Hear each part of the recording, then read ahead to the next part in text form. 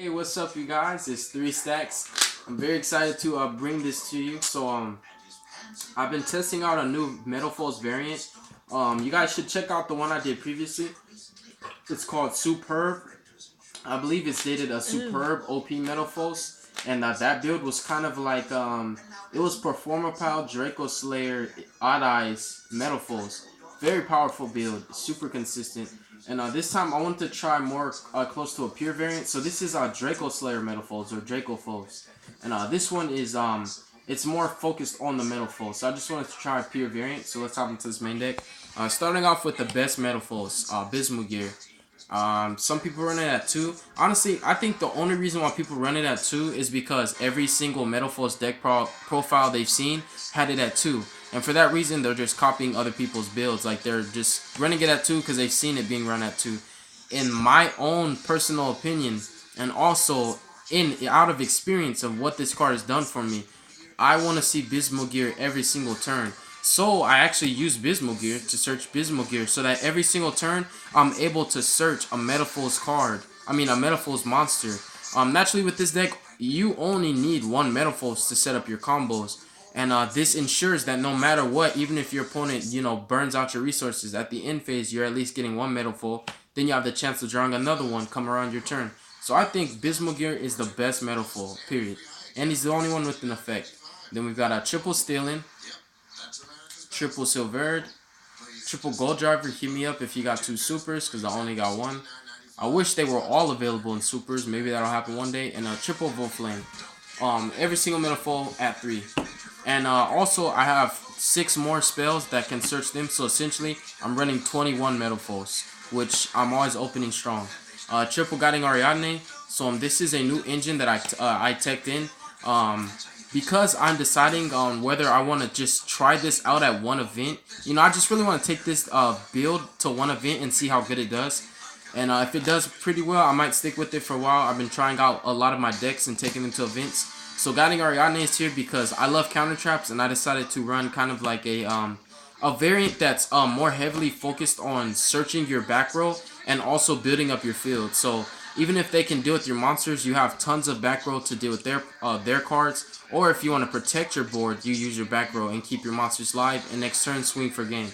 So essentially playing him and a Metalfoes means that you can pop him, use his effect to search a trap, and then the Metalfoes will set another card, which you might set a trap, you might set fusion, but you're plussing off of it.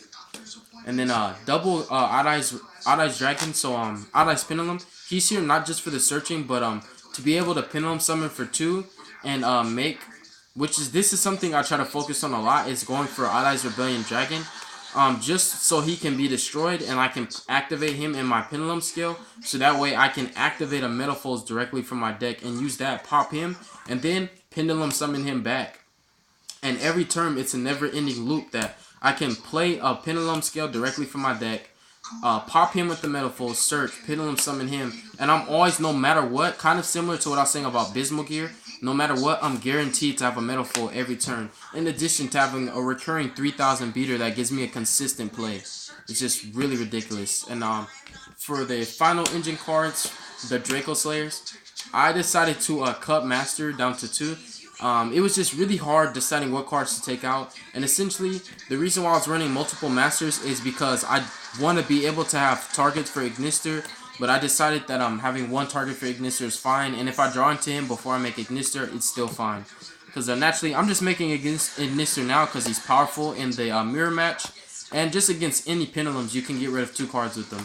So I just decided that this is a perfect ratio, and you wouldn't believe that I'm still able to make Ignister, Dynaster, and I'm still able to make Magister. I'm still able to do the combo just with these 3 monsters. That was another reason why I just kept it how it was, because I tested it out to see if I liked it and see if I could still get my Draco Slayer plays off consistently, and I can. And then one Rescue Rabbit, it just helps for your push. It really helps for the game push. Naturally, I'm bringing out the Gold Drivers not even to make the XYZ play. I'm bringing them out just as 19 attackers to OTK. And then Triple Summoner's Art. Now this is just 3 more Volflames, and it actually does not run out of targets because I use so many different ways to get my Volflame back. And often I do use my Volflame in hand, like, I use Volflame in hand to fuse with full Metalfoes fusion, so that way I can use Mithrilium to special summon Volflame back. And sometimes I just don't do that. So like, I can recycle it with Mithrilium and then get my targets back. So this just ensures that you're going to have a lot of Metalfoes. And I do know that I'm running 3 targets for 3 spells, but it works so perfectly.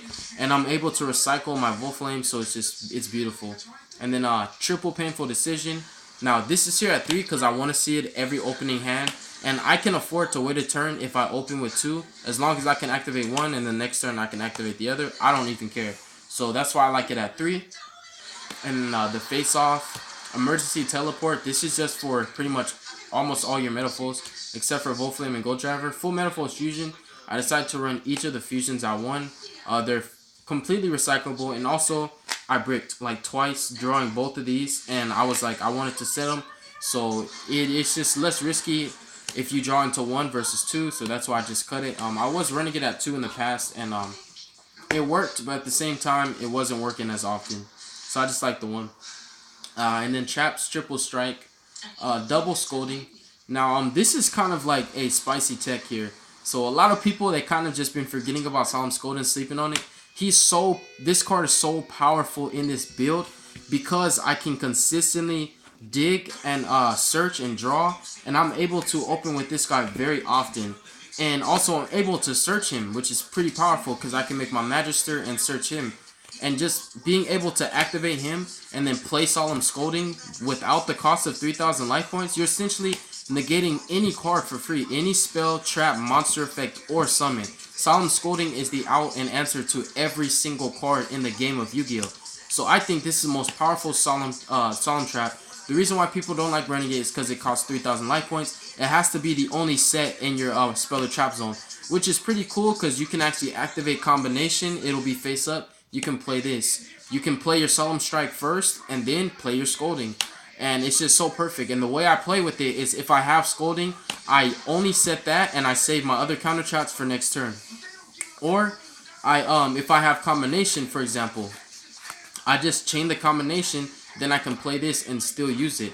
So it's a lot of ways that you can play around the fact that it has to be the only set in your spell or trap zone. In addition to that, you can play it for free. So it's really broken, and it's worked more than enough for me to keep it in the main deck. And then one warning. So essentially, this is the new Solemn Brigade that nobody's running. And I do like this a lot. This is one of the reasons why I'm debating on whether or not I take this to one of my next events that I go to. Because this was actually able to defeat my Heralds when I was playing against myself. But I really want to try it against another Herald of Perfection player to see how bomb it really is. And double counter and double combination. Now I know a lot of people play combination at 1. I just like 2 because being able to have Metalfoes fusion and 2 combination, you're able to fuse for 1 monster, chain the combinations, and you end up spamming the field. Like let's say you have Mithrilium, right? You're able to make Mithrilium Orichalc, right? Then you play full Metalfoes fusion. You fuse these 2, and then you bring out your Orichalc.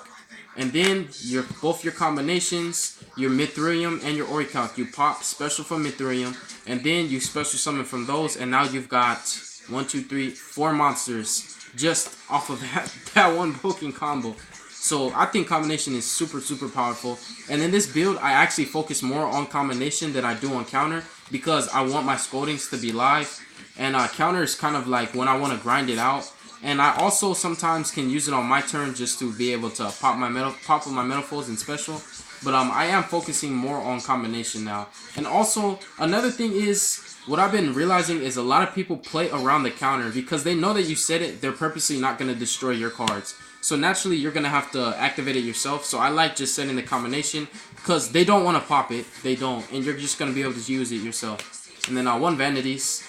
Oh yeah, and one more thing I will say is that running the Solemn Traps and having the Metalfoes back row is very powerful because if you don't use Guiding Ariadne to search, the back row that you set, they automatically assume that it's Metalfoes, spells, and traps. They don't want to pop that because they know you get advantage from it. So all of your back row is safe. That's another cool thing with this variant is that the Twin Twisters, they're going to try to hit your scales, and that's fine because I have so many ways to just regenerate my resources. It's crazy. Now, extra deck, 1 Ignister, and I'm running 2 Orichalc and 2 Mithrilium. Now I finally got a second one. I'm just missing the Alkahest, and it's just really hard to find. I might just order one online because every person I met that had it didn't even want to sell it, and I was offering insane prices for it. Double Dinosaur and one Vortex. Vortex is here because you can make Odd Eyes Absolute Dragon and then pop Absolute with the Metalfoes set and then special summon him. Gain more control. Having him and the Solemn Brigades with back rolls, just it's crazy. You can have a lot of control with this deck. And you can also still go for crazy OTK pushes and breaking boards. And I'm also mainly the Galaxy Engine because you can make rank 8s pretty easily in this deck. I mean, you can make Dinosaur and Ignister the same turn. You can make Ori Calcs for days. So rank 8s are pretty accessible. And then Titanic Galaxy, Red Eyes Flare, Odd Eyes Rebellion, Absolute, and Magister Paladin. Now, I could run more generic rank 4s, but I kind of focus more on the higher Exceeds because they're more like boss monsters, and you can actually get more value out of them because you can sit on them and you can make more plays with these than you can make with like a Castell or a Dweller or, you know, just any generic rank 4. So that's why I only run the Magister, because essentially I want to be able to combo off with every single Exceed. And honestly, this is the only one that I can't combo off with. But I just like sitting on it because it can help you grind it out. And also, he's a pretty safe play. Like, if you know they're going to be trying to destroy your cards, you can just make him and protect yourself. So that's it for now, guys. If I decide to take this deck to more of the events that I'm going to upcoming in the future, I may actually, you know, switch my side deck. But it hasn't fully proven itself because it only won against my Heralds once. And I just got hyped that it was able to win, and that's why I was like, okay, I might look more into this and see its potential.